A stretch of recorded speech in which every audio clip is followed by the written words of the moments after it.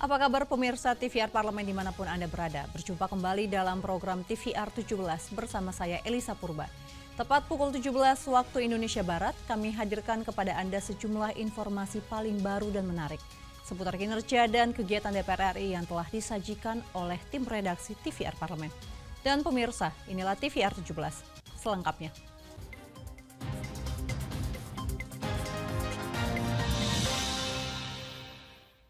Di tengah meningkatnya konflik global dan permasalahan hukum warga negara Indonesia di luar negeri, DPR RI mendorong perlu ada penanganan yang intensif dari Kementerian Luar Negeri Republik Indonesia. DPR RI juga menekankan Kementerian Luar Negeri terus berupaya memberikan perlindungan dan penyelamatan bagi WNI yang tidak bisa pulang ke tanah air. Anggota Komisi 1 DPR RI mendukung upaya pemenuhan kebutuhan tambahan alokasi anggaran Kementerian Luar Negeri RI tahun anggaran 2025 sebesar 4,08 triliun rupiah. Namun angka tersebut masih sangat minim, khususnya terhadap program perlindungan warga negara Indonesia di luar negeri dan pelayanan publik. Sturman Panjaitan mengungkapkan, di tengah meningkatnya konflik global dan permasalahan hukum WNI di luar negeri, perlu ada penanganan yang intensif dari Kemlu. Namun menurut Sturman, upaya tersebut memerlukan anggaran yang tidak sedikit. Perlindungannya seperti misalnya ada masalah di luar negeri, masalah warga negara Indonesia, baik itu tenaga kerja, baik apapun di sana, kan banyak sekali persoalan-persoalan di sana, baik persoalan hukum, persoalan pekerjaan, seperti misalnya di Kamboja, dia minta pulang ke Indonesia karena terjebak atau apapun alasannya, itu perlu pembiayaan. Bahkan untuk membayar katakanlah penasihat hukum, itu juga perlu dibutuhkan. Maka menurut saya penambahan 15 miliar itu sangat minim sebenarnya. Senada dengan Sturman, Rizky Natakusuma juga menyetujui tambahan anggaran yang diusulkan Kemlu. Namun Rizky juga mendorong agar pemerintah memperhatikan kesejahteraan para diplomat Indonesia di luar negeri, khususnya di negara dengan biaya hidup tinggi. Tentu apresiasi kita berikan karena Kementerian Luar Negeri sudah mendapatkan anggaran tambahan sekitar 11% dari yang sebelumnya didapatkan. Nah, tentu ini pertama kita apresiasi karena langkahnya luar biasa sulitnya kita tahu. Kedua, tentu yang publik perlu bisa pahami lebih mendalam adalah kesejahteraan dari para diplomat kita di luar negeri karena kita sering melihat secara langsung itu jauh dari harapan. Fitian dan Handoko, TVR Parlemen, melaporkan. Komisi 11 DPR RI telah menetapkan 5 calon anggota BPK terpilih periode 2024-2029. Sebagai lembaga negara yang bertanggung jawab mengaudit keuangan negara, BPK diharapkan dapat terus menjalankan fungsinya secara optimal dan kredibel. Setelah melewati serangkaian fit and proper test selama 3 hari, Komisi 11 DPR RI telah memilih 5 calon anggota Badan Pemeriksa Keuangan periode 2024-2029, yakni Aksanul Haq, Bobi Adityo Rizaldi, Budi Priyono, Dani Lumbantobing, dan Fatan. Amir Uskara mengungkapkan Komisi 11 DPR RI menetapkan kelima nama tersebut berdasarkan musyawarah dan mufakat panitia seleksi yang terlibat. Amir berharap sebagai lembaga negara yang bertanggung jawab mengaudit keuangan negara, BPK dapat terus menjalankan fungsinya secara optimal dan kredibel. Tentu kita harapkan ini BPK semakin kuat, semakin solid. Dan yang paling penting adalah bagaimana bisa menyelamatkan keuangan negara secara maksimal untuk audit-audit yang akan dilakukan oleh BPK dalam rangka menjaga transparansi pemanfaatan anggaran APBN kita dan juga tentu anggaran-anggaran dari BUMN maupun anggaran dari pemerintah daerah.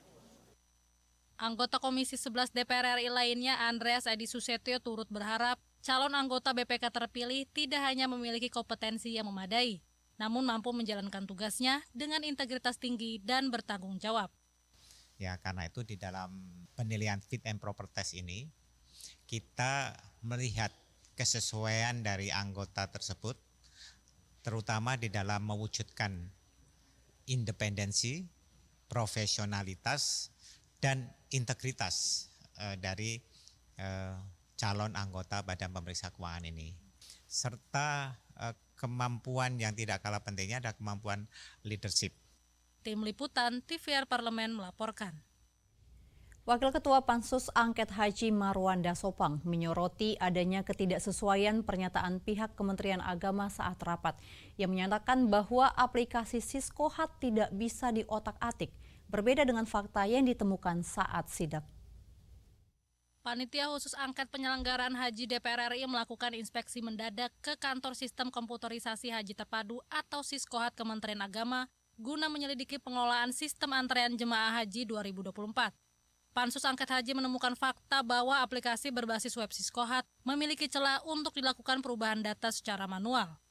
Wakil Ketua Pansus Angket Haji Marwanda Sopang menyoroti adanya ketidaksesuaian pernyataan pihak Kementerian Agama saat rapat yang menyatakan bahwa aplikasi Siskohat tidak bisa diotak-atik dengan fakta yang ditemukan saat sidak. Akibatnya terdapat 3.503 jemaah haji khusus 2024 yang berangkat tanpa melalui masa tunggu. Bahwa Siskohat yang mereka sebut itu tidak bisa dijebol, tidak bisa diutak-atik, ternyata bisa. Baik itu di sistem yang Siskohat untuk reguler maupun Siskopatuh yang untuk haji khusus, semuanya bisa. Nah, tentu di sini akan ada pertanyaan berikutnya. Sebetulnya yang memerintahkan untuk bisa ditembus ini, dirubah itu siapa? Anggota Pansus Angket Haji lainnya, Saleh Partaonan Daulay, menegaskan temuan Pansus Angket Haji dapat dijadikan pedoman untuk melakukan revisi undang-undang tentang penyelenggaraan ibadah haji. Ini untuk perbaikan ke depan, jadi termasuk diantaranya kemarin adalah rencana kita untuk revisi undang-undangnya. Sebab memang secara faktual ada kemungkinan bukan kelalaian saja, ada kesengajaan. Di mana tadi yang pertanyaan bahwa ada orang yang berangkatnya tanggal berapa, tahun berapa, ya tiba-tiba langsung bisa dipercepat berangkatnya. Dan itu saya kira sangat tidak adil dan bukan hanya pada haji khusus, tetapi juga hanya haji reguler. Alfat dan Sigit, TVR Parlemen melaporkan. Pemirsa, gelaran Indonesia Afrika Parliamentary Forum tahun 2024 telah sukses dihelat di Nusa Dua Bali baru-baru ini dengan Indonesia sebagai tuan rumah. Kerjasama ini ternyata sudah dimulai sejak KTT Asia Afrika di Bandung pada tahun 1955 dan terus dijalin hingga saat ini. Apa saja bentuk kerjasama dalam forum IAPF ini? Kami hadirkan informasi selengkapnya sesaat lagi, tetaplah di TVR 17.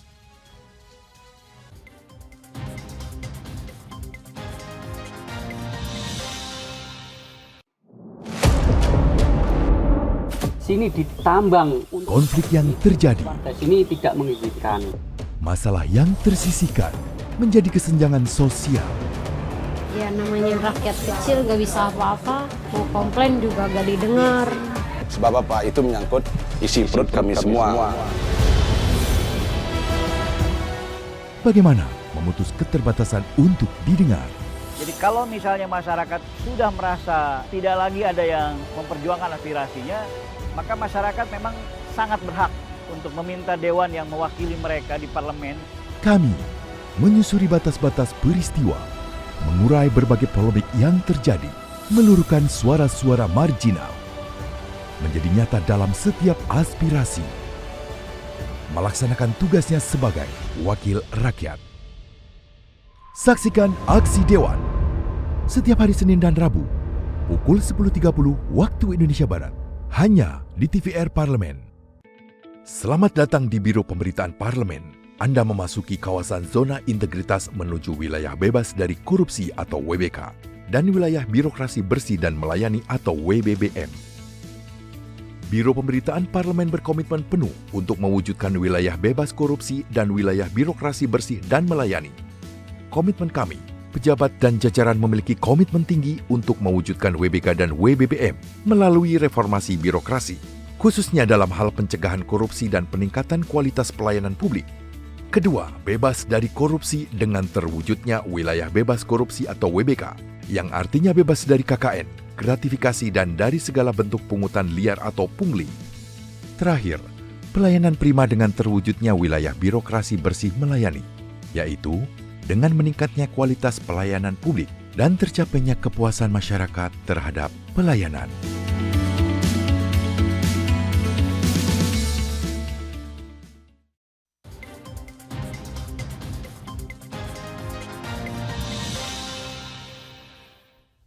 Pemirsa, di tengah tekanan geopolitik global dan gejolak ekonomi dunia, Indonesia mampu tumbuh rata-rata di atas 5% dan negara-negara Afrika tumbuh positif sekitar 3,7%. Dengan potensi ini, sudah semestinya kerjasama Selatan-Selatan terus dijajaki dan ditingkatkan, yang nantinya akan bermuara pada peningkatan pembangunan, pertumbuhan ekonomi, hingga peningkatan kesejahteraan masyarakat di masing-masing negara. Mari kita simak informasi mendalam yang telah dirangkum dalam segmen editorial Parlemen berikut ini.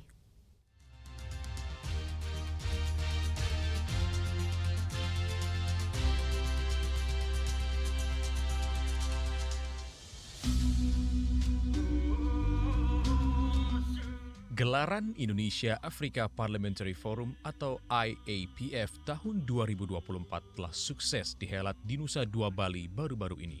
Dalam gelaran yang diketuai DPR RI tersebut, Indonesia dan Afrika kembali menyalakan semangat kerjasama yang telah terjalin sejak 69 tahun lalu.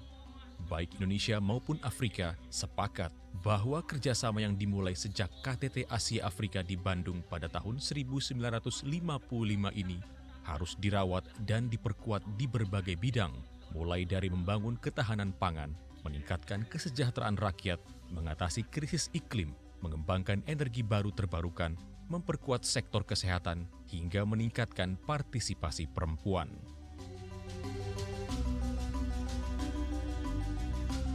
Berdasarkan data Badan Koordinasi dan Penanaman Modal atau BKPM RI, hingga triwulan 2 2024, total investasi Indonesia di negara-negara Afrika mencapai 2,09 miliar US dollar.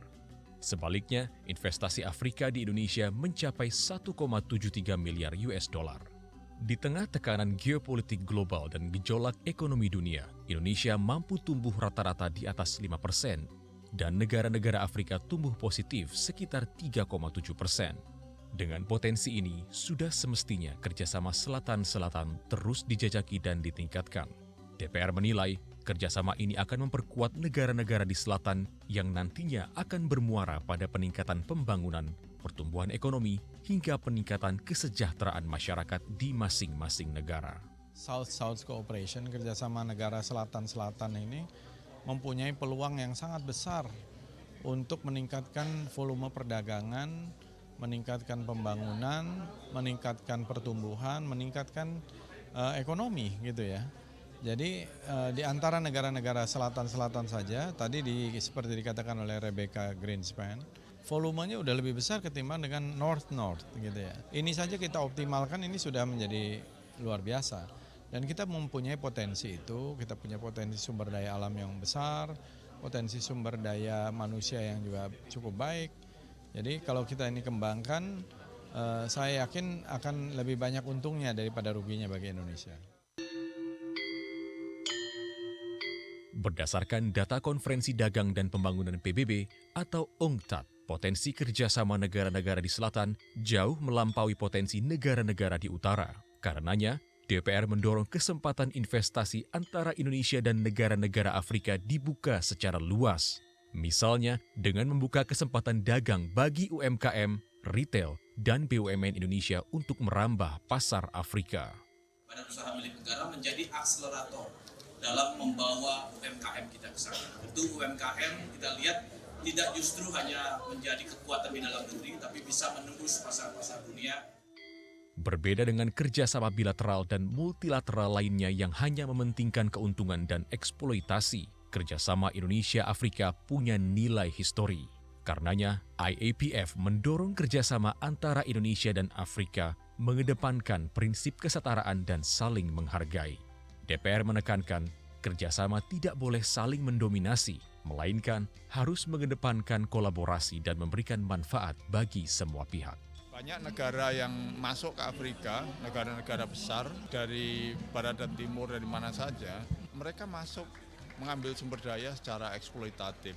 Nah, Republik Indonesia ini ingin mengajak negara-negara Afrika berpartner bersama-sama untuk maju bersama, mengembangkan semua resources yang dimiliki baik Indonesia maupun Afrika untuk bersama-sama maju.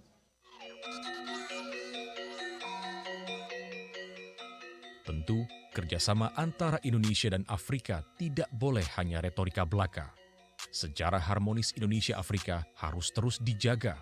Semangat KTT Asia Afrika di Bandung harus tetap menyala, serta persatuan Indonesia dan negara-negara Afrika harus terus dibina. Keberagaman kita adalah menjadi kekuatan dalam hubungan antara Afrika dan Indonesia. Kami di DPR RI berkomitmen kuat untuk menempatkan parlemen negara-negara Afrika sebagai mitra utama. Ke depan, kita perlu terus berkonsultasi dan berdialog secara lebih intensif, baik di Jakarta, di ibu kota negara-negara Afrika, maupun di forum parlemen dunia seperti IPU. Terakhir, saya mengajak semua peserta untuk membawa hasil diskusi kita ke ruang sidang parlemen di negara masing-masing. Dan akhirnya, saya mengutip pernyataan Presiden Soekarno pada pembukaan Konferensi Asia Afrika tahun 1955. Let us remember, sisters and brothers, we Asian and Africans must be united.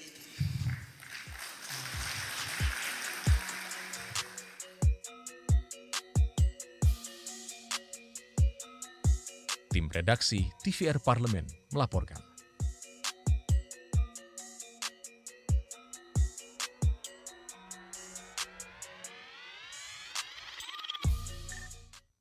Kementerian Badan Usaha Milik Negara atau BUMN telah membentuk tim likuidator untuk mengeksekusi likuidasi atau pembubaran PT Asuransi Jiwasraya.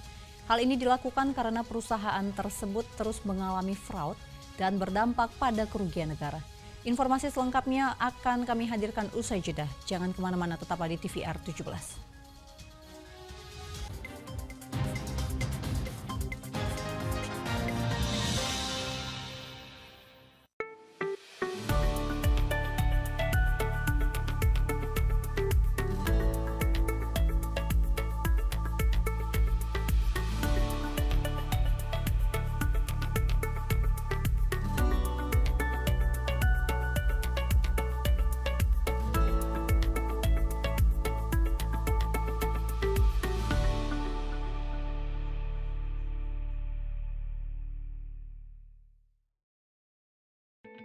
Selamat datang di Biro Pemberitaan Parlemen. Anda memasuki kawasan zona integritas menuju wilayah bebas dari korupsi atau WBK dan wilayah birokrasi bersih dan melayani atau WBBM.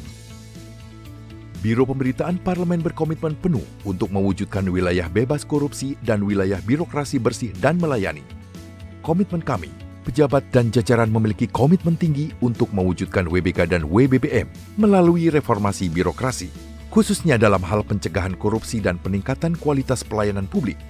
Kedua, bebas dari korupsi dengan terwujudnya wilayah bebas korupsi atau WBK, yang artinya bebas dari KKN, gratifikasi dan dari segala bentuk pungutan liar atau pungli. Terakhir, pelayanan prima dengan terwujudnya wilayah birokrasi bersih melayani, yaitu dengan meningkatnya kualitas pelayanan publik dan tercapainya kepuasan masyarakat terhadap pelayanan.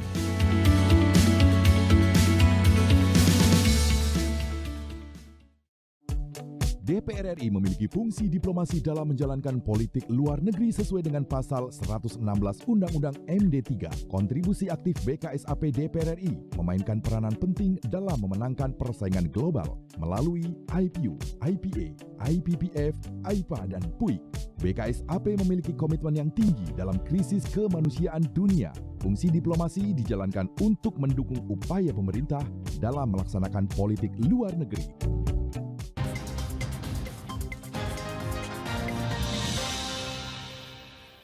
Kembali di TVR 17, pemirsa, praktik-praktik penipuan yang marak terjadi di internal perusahaan Jiwasraya, diantaranya seperti menawarkan bunga yang tidak lazim dengan timbal balik yang tak layak. Tercatat kerugian negara dalam kasus Jiwasraya mencapai 16,81 triliun rupiah.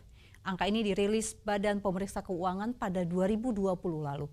Lantas, apakah likuidasi PT Jiwasraya adalah jalan tengah dari semua persoalan yang ada? Untuk selengkapnya, mari kita simak laporan dari rekan kami Vincent Aldi dari Senayan, Jakarta. Baik pemirsa TVR Parlemen dimanapun Anda berada, saat ini saya tengah berada di Gedung Nusantara II. Seperti yang kita ketahui bersama bahwa Kementerian BUMN telah membeberkan berbagai penyelewengan atau fraud di dalam PT Jiwasraya yang nyaris menyentuh 50 triliun. Dan di mana tersebut menjadi kasus hukum besar di Indonesia pemirsa. Dan BUMN bidang asuransi jiwa ini juga dinilai salah kelola dalam praktik penipuan di internal seperti dengan adanya bunga yang tak wajar dan juga timbal balik yang tidak wajar juga pemirsa. Dan menurut BPK sendiri kerugian negara mencapai 16,8 triliun rupiah. Dan pemirsa rencana Kementerian BUMN untuk melikuidasi dari PT Jiwasraya ini di September ini sesuai dengan rencana dengan penyihatan keuangan juga sesuai dengan dari peraturan OJK sendiri. Dan lantas apakah likuidasi ini menjadi satu-satunya jalan dalam menyelesaikan berbagai masalah yang ada di PT Jiwasraya dan bagaimana nasib juga pemegang polis selanjutnya? Dan untuk membahasnya telah bergabung bersama saya salah satu anggota Komisi 6 DPR RI yaitu Ibu Nevi Zuhairina dari fraksi PKS. Ibu, Bu, bagaimana likuidasi ini apakah tepat untuk dilakukan di tengah berbagai persoalan yang dihadapi PT Jiwasraya ini, Bu? Ini kan termasuk kelanjutan daripada keputusan yang sudah kita lakukan ketika kita sudah buat panja ya Jiwasraya ya. Dan tentu ini kebijakan pemerintah dan kita pastikan ketika kebijakan ini turun ya sebelum terjadinya likuidasi semua permasalahan yang ada di Jiwasraya itu selesai ya. Permasalahan dengan nasabahnya tentu pindah ya ke EFG Life ya. Dan juga mungkin persoalan dengan pensiunannya, karyawannya, itu semua harus selesai dulu gitu. Ya, jangan sampai nanti ketika kita likuidasi Jiwasraya ada yang terzolimi ya bahasa kita ya. Karena kan seperti nasabah kan mereka sudah bayar tiap bulan, bayar asuransi. Terus yang pekerja sudah kerjanya udah puluhan tahun, bahkan ada 30 tahun, jadi pensiunan. Nah ini kan harus diperhatikan oleh pihak pemerintah. Jadi sebelum likuidasi harus dipastikan ya semua permasalahan itu selesai dan tentu kita utang-utang dibayar ya dan juga yang pensiunan itu juga dipastikan mereka juga mendapatkan uang pensiunnya karena ada yang sudah kerjanya puluhan tahun, 30 tahun di Jiwasraya dan saya dengar karyawannya tinggal 100 itu juga diselesaikan semua. Menurut berita yang beredarkan ada sekitar 0,3% Bu pemegang polis juga belum menyetujui terhadap likuidasi ini Bu. Bagaimana nasibnya nanti Bu dan bagaimana Komisi 6 merespon ini? Ya, bagi nasabah yang belum menyetujui silahkan datang ya ke Komisi 6 gitu kan. EDPU ya dia apa alasannya nggak setuju gitu kan, silahkan sebelum likuidasi ini terjadi. Oke, Bu, terakhir Bu, bagaimana nasib nanti ke depan Bu, tata kelola dari asuransi ke depan yang akan dibangun dan dikelola? Harus prudent ya, harus hati-hati. Ini kan ada amanah ya dari rakyat. Rakyat nyetor uang tiap bulan dan diharapkan sekian puluh tahun rakyat akan mendapatkan hasilnya, misalkan dengan untuk tabungan dia, untuk sekolah anaknya, atau mungkin tabungan hari tuanya. Nah, jadi ini amanah besar, uang yang dikelola, investasi rakyat untuk negara. Nah, negara tentu harus bertanggung jawab untuk menjaga amanah ini. Siap, terima kasih banyak Ibu. Selamat bertugas kembali Ibu. Ya, siap. Baik pemirsa, demikianlah wawancara saya dengan salah satu anggota Komisi 6 di mana pemirsa Ibu tadi menjelaskan bahwa untuk menekankan menyelesaikan terlebih dahulu dari permasalahan internal baik dari para karyawannya dan juga pemegang polis diselesaikan terlebih dahulu sebelum dilikuidasi dan juga menekankan untuk para pemegang polis yang belum menyetujui untuk likuidasi dari PT Jiwasraya untuk hadir dalam rapat dengar pendapat umum di Komisi 6 DPR RI. Demikian yang dapat saya laporkan pemirsa dari Nusantara 2, kembali ke studio.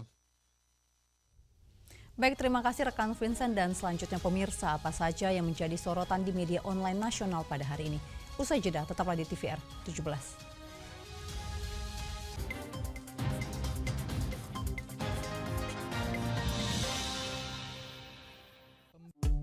DPR RI memiliki fungsi diplomasi dalam menjalankan politik luar negeri sesuai dengan pasal 116 Undang-Undang MD3. Kontribusi aktif BKSAP DPR RI memainkan peranan penting dalam memenangkan persaingan global melalui IPU, IPA, IPPF, IPA, dan PUIK.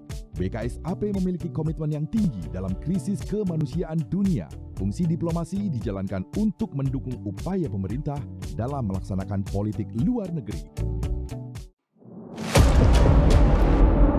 Sini ditambang. Konflik yang terjadi, Sini tidak mengizinkan. masalah yang tersisihkan menjadi kesenjangan sosial. Ya namanya rakyat kecil gak bisa apa-apa, mau komplain juga gak didengar. Sebab apa? Itu menyangkut isi perut kami semua. Bagaimana memutus keterbatasan untuk didengar? Jadi kalau misalnya masyarakat sudah merasa tidak lagi ada yang memperjuangkan aspirasinya, maka masyarakat memang sangat berhak untuk meminta dewan yang mewakili mereka di parlemen.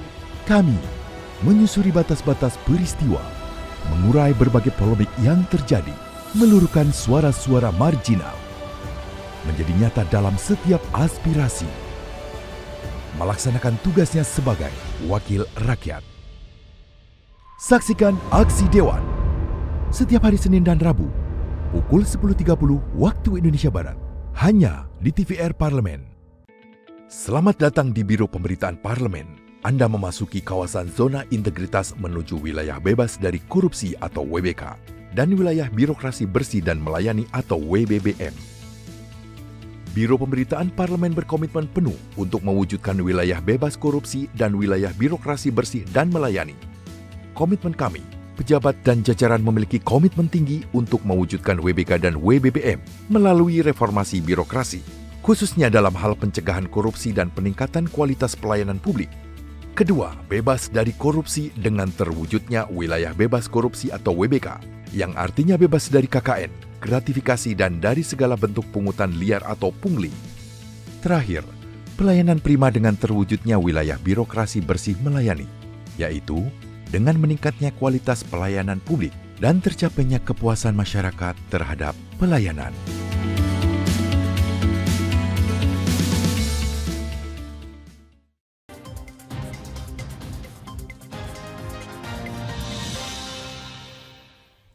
Kembali di TVR 17, pemirsa, kali ini kita masuk ke segmen media online nasional. Mari kita simak isu apa saja yang menjadi sorotan media, serta tanggapan dari sejumlah anggota Dewan. Bersama rekan kami, Zia Ulbar.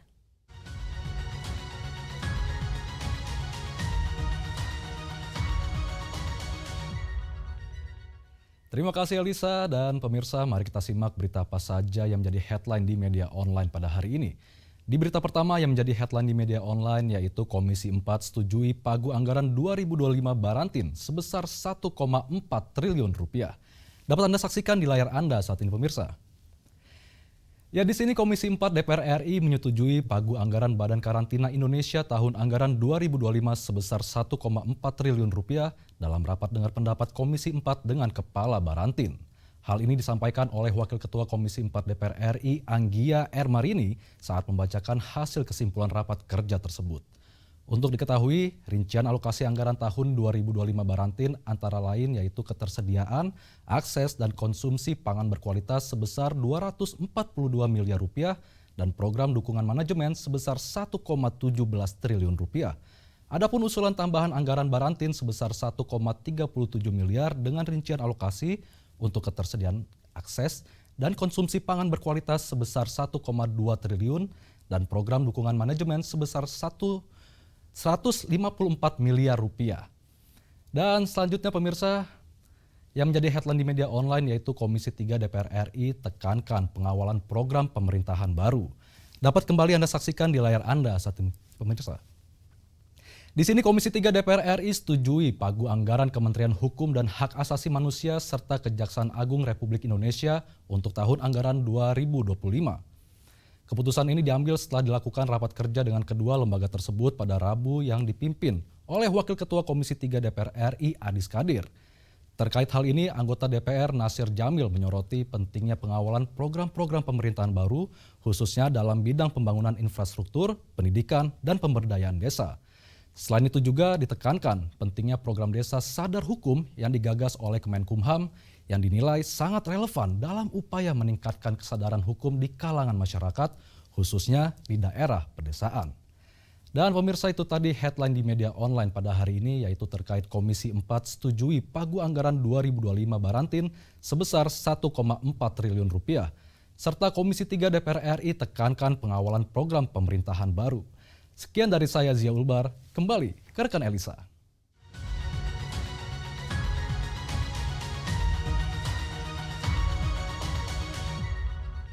Terima kasih rekan Zia yang telah menyampaikan sejumlah update sorotan dari media online nasional pada hari ini. Dan pemirsa, segmen media online tadi sekaligus menutup program TVR 17 edisi sore hari ini. Saya Elisa Purba, beserta seluruh kru TVR Parlemen yang bertugas mengucapkan terima kasih dan pamit undur diri dari hadapan Anda. TVR Parlemen, referensi Indonesia.